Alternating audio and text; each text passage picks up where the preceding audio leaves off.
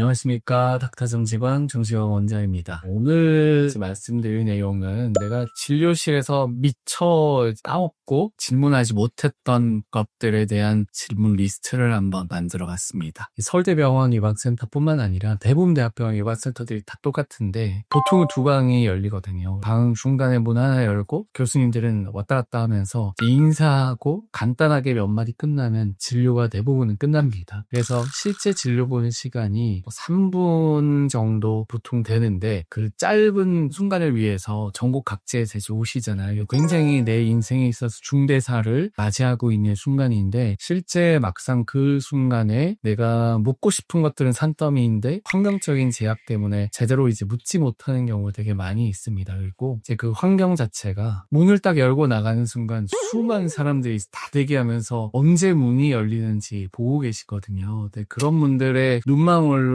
보면 또 질문을 오래 하기도 되게 힘들어요. 준비한 것들을 미처 질문을 잘 못하고 안타깝게 그렇게 귀가하시는 분들이 많은데 오늘은 그런 분들이 조금이나마 덜 속상하게 귀가하실 수 있도록 오늘 여러분들이 유방암에 노출된 환우분들께서 진료 시간에 궁금해하시는 질문들 리스트를 10가지 정도 뽑아보았습니다. 그래서 여러분들께서 많이 궁금해하시는 질문들에 대한 대략적인 대답을 미리 조금 알고 가신다면 오히려 여러분들이 내 상황에서 내가 핵심적인 질문만 몇 개 추려서 한정된 시간에 교수님들에게 질문하실 수 있는데 도움이 될 것 같고 생각보다 이런 질문들이 크게 중요하진 않구나 라는 것들에 대한 정보도 얻어가실 수 있을 것 같습니다. 첫 번째 질문은 제 암은 어떤 타입, 어떤 성질의 암인가요? 라는 질문입니다. 일단 이 질문은 A형에 관련된 질문인데요. 사실 요즘 같은 경우는 많은 분들이 정보를 많이 접하고 내가 호르몬 양성 유방암이냐 아니면 허투 양성 유방암이냐 3중 음성 유방암이냐 이런 것들에 대한 질문을 많이 가지시는 분들이 계십니다. 근데 대부분은 알고 치료를 하는 경우도 많은데 초기 암 같은 경우 1, 2기 같은 경우에는 사실 보통 수술을 먼저 하는 경우가 많기 때문에 수술이 끝난 뒤에 정확한 A형을 아는 경우가 많아요. 그래서 수술을 해봐야 알아요 라고 하는 교수님들의 답변이 오면 너무 속상해하지 마시고 나는 그럼 좀 초기인가 보구나 라고 생각하시면 될 것 같고요. 그런 게 아니라 표적 치료를 한다면 당연히 허투 양성 유방암일 것이고 항암 치료를 먼저 생각을 한다 하면 3중 음성 유방암일 가능성이 좀 높습니다. 그렇게 잡아가시면 될 것 같습니다. 그래서 너무 병기에 아니면 A형에 연연하시기보다는 내 치료나 진료 과정이 어떻게 진행이 되느냐에 따라서 향후의 치료 성적, 병기 이런 것들을 미리 예측해 볼 수 있는 단서가 될 수 있으니 너무 조급하게 생각하지 않으셨으면 합니다. 그리고 이런 질문의 핵심은 사실 많은 분들이 진료실에서 호르몬 양성 유방암은 좋은 암이라고 들었다, 순한 암이라고 들었다, 3중 음성 유방암은 되게 성적이 나쁘고 공격적이라고 들었다, 허투 양성 유방암은 표적 치료제라는 게 되게 힘들다고 들었다, 이렇게 미리 걱정들을 많이 하시는데요. 이런 걱정들은 사실 크게 하지 않으셨으면 좋겠고 A형도 중요하지만 병기에 따라 허투 양성이든 호르몬 양성이든 3중 음성이든 성적들은 거의 대부분 비슷하다라는 게 핵심이기 때문에 내가 가진 암의 성질에 대해서 미리 너무 걱정하지 않으셨으면 좋겠습니다. 두 번째 질문은 선생님 저는 가슴을 다 없애야지 안전한 것 아닐까요? 라고 질문 주시는 것들인데요. 우선 답변부터 드리면 아닙니다. 왜냐하면 이미 수많은 임상 연구들로 증명이 됐는데 방사선 치료라는 굉장히 좋은 국소 치료 방법이 대두된 이후부터는 부분 절제와 방사선 치료를 같이 했을 때 전체를 절제하는 수술과 치료 성적이 같고 오히려 일부에선 더 이득이 있다라는 것들이 많은 연구로 밝혀졌습니다. 그래서 부분 절제를 할 수 있으면 부분 절제를 하고 전절제를 해야 되면 전절제를 하겠지만 이 두 치료는 성적의 차이가 없습니다.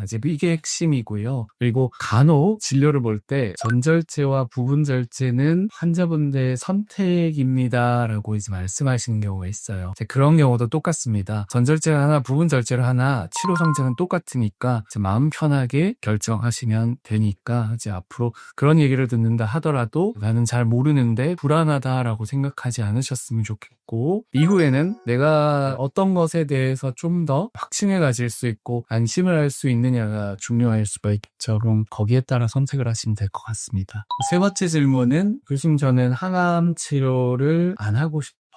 안 하면 안 될까요? 라고 질문을 많이 주십니다. 네, 이제 항암 치료는 필요한 분들은 사실 피하시지 않는 것이 좋습니다. 그리고 이제 보통 사실 5mm 이상이 되면 대부분 항암 치료를 이제 생각을 하거든요. 생각보다 굉장히 작은 크기부터 항암 치료를 생각을 하죠. 실제 뭐 허투 양성 유방암이나 삼중 음성 유방암 같은 경우는 1cm 정도 비교적으로 되게 작은 암이라 하더라도 항암 치료를 많이 합니다. 그 이 말인즉슨 내가 원해서 하고 원하지 않아서 한다기보다는 내가 가지고 있는 유방암의 특성에 맞춰서 항암 치료가 결정이 된다라고 이해해 주셨으면 좋겠고, 호르몬 양성 유방암의 경우에는 사실 이런 질문을 굳이 미리 하실 필요가 없는 것이, 초기 병기인 호르몬 양성 유방암의 경우에는 요즘은 유전자 예후 예측 그게 분석 도구들이 있습니다. 되게 유명한 이제 온코타입 DX 검사나 온코프리 검사 이런 것들이 있기 때문에 이런 것들을 해보면 내가 가진 유방암의 특징과 이후의 성적을 예측을 해서 항암 치료가 효과가 있는지 없는지, 내가 항암 치료를 피할 수 있는지를 자연스럽게 알 수 있는 이제 방법이 되기 때문에 미리 이제 항암 치료에 대해서 너무 두려워하지 않으셨으면 좋겠습니다. 그리고 네 번째 질문은 이제 많은 분들이 괴로워하는 질문 중에 하나인데요. 기다리는 시간이 사실 너무 길다. 2-3달 동안 이제 암이 더 자라거나 커지진 않을까, 이런 질문을 많이 주십니다.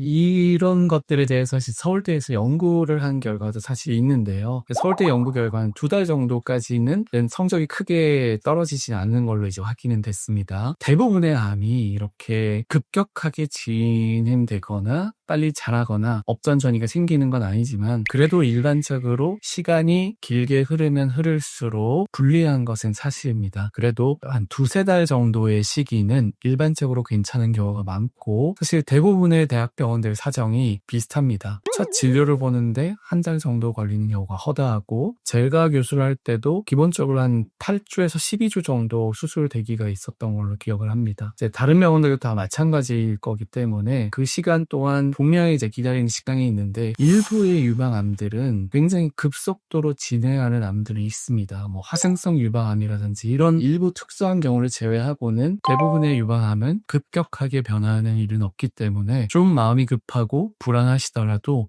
차분하게 내 순서를 기다리시면 다 대부분 좋은 성적을 기다리실 수 있으실 것입니다. 5번째 질문은 치료받기 전까지 어떤 것들을 좀 조심해야 될지를 여쭤보는 분들이 이제 많은데요. 그럼 이제 대부분 교수님들의 답변은 좀 비슷할 거예요. 특별히 조심하실 건 없다. 저는 하나 조심해 주셨으면 하는 것들, 근거 없는 이제 의학 정보들에 대한 그런 것들 좀 멀리 하시고 조심하셔라 라는 말씀을 드리고 싶습니다. 정말 필요한 치료가 있고 정말 내 치료의 성적을 올려줄 수 있는 치료가 있다면 모든 대학병원에서 이미 이제 여러분들께 기다리시는 시간 동안 이러한 것들을 미리 열심히 이제 잘 챙겨서 오시라 라고 이제 안내문의 형식이든 상담을 통해서든 교육을 진행을 할 것입니다. 근데 사실 대부분은 그렇지 않거든요. 그 말은 이 유방암이라는 질환을 치료하는데 핵심 요소들은 정해져 있다는 것입니다. 그렇기 때문에 여러분들께서도 다급하고 조급한 마음은 잘 알겠지만, 불필요한 것들은 이제 오히려 마음을 더 심란하게 만들 수가 있고 치료 효과를 더 저해할 수가 있으니까 주의하셨으면 좋겠습니다. 그리고 이와 관련해서 근거 없는 정보를 믿고 이제 보조적인 요법을 시행을 하다가 암이 진행돼 버린 일부의 케이스들을 다룬 제 영상도 하나 있으니 참고해 주시는 것도 좋을 것 같습니다.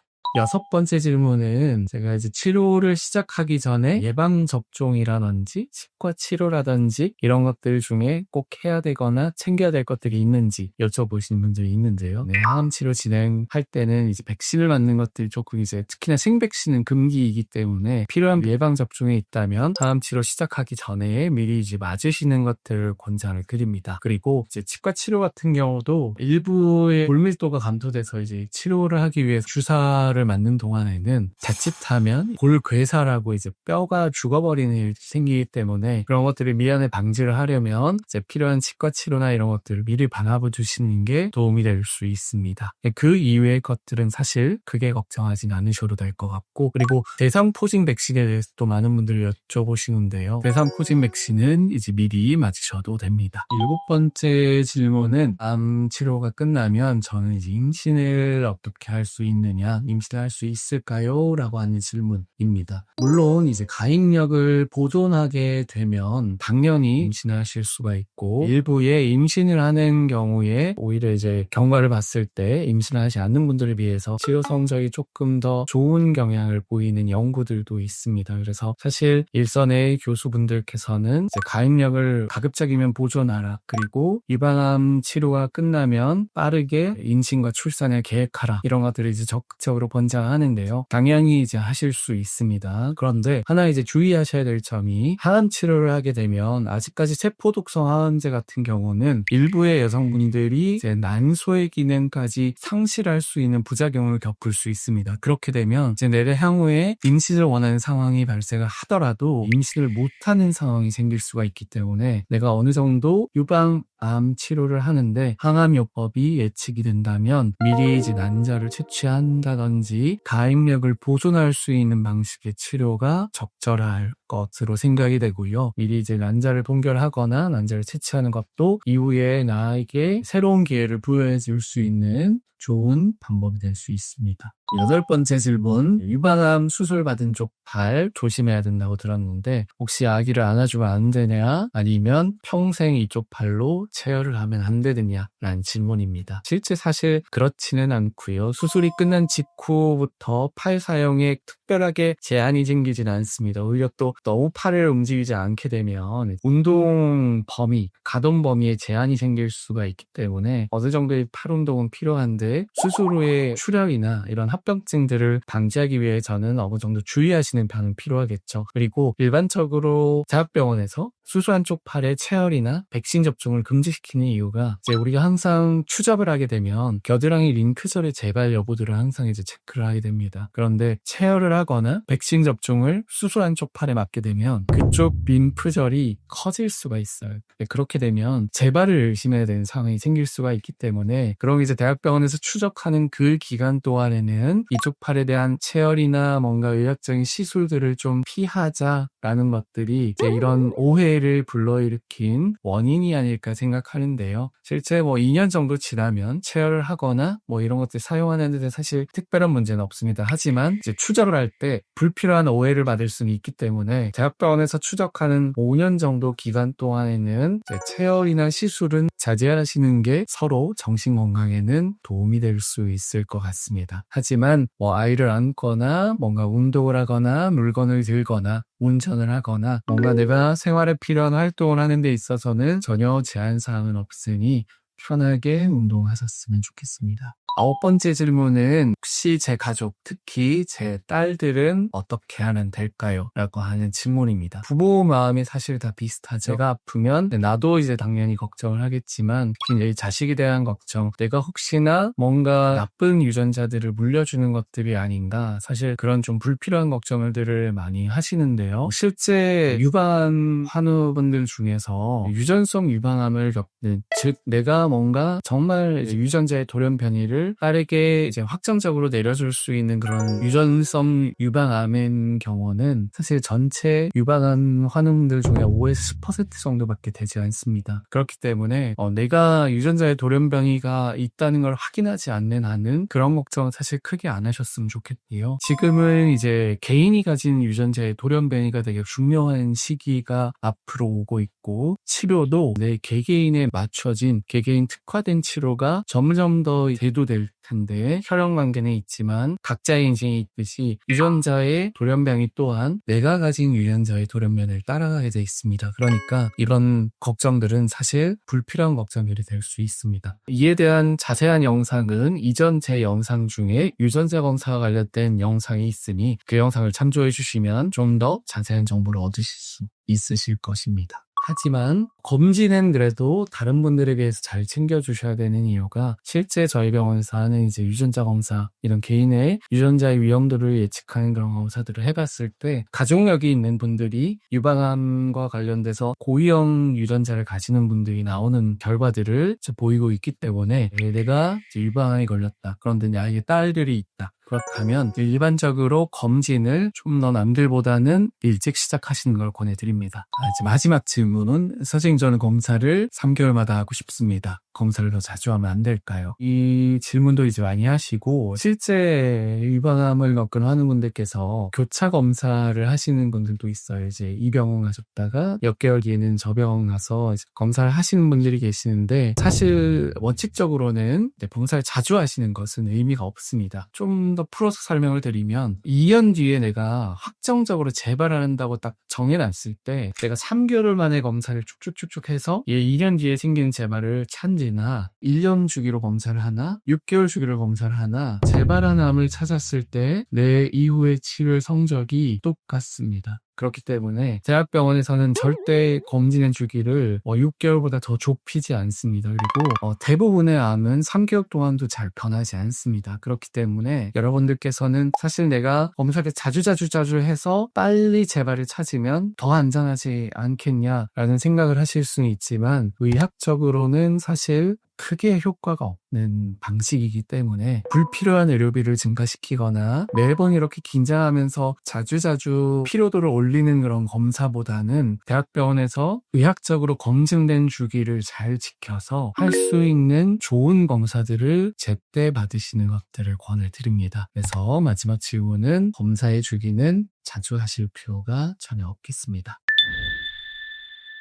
그래서 오늘 여러분들이 궁금해하실 만한 질문들 그리고 미처 이제 내가 진료실에서 교수님들한테 이제 묻고 싶었던 질문들 이런 것들을 제 진료 경험을 토대로 이제 10개 정도의 리스트를 추려봤는데 도움이 되셨는지 잘 모르겠습니다. 제 생각과 환우분들의 생각은 좀 다를 수가 있으니까요. 혹시나 앞으로 뭔가 이제 궁금해하신 부분들이 있다면 댓글로 남겨주시면 기회가 된다면 영상을 한번 또 제작해 보도록 하겠습니다.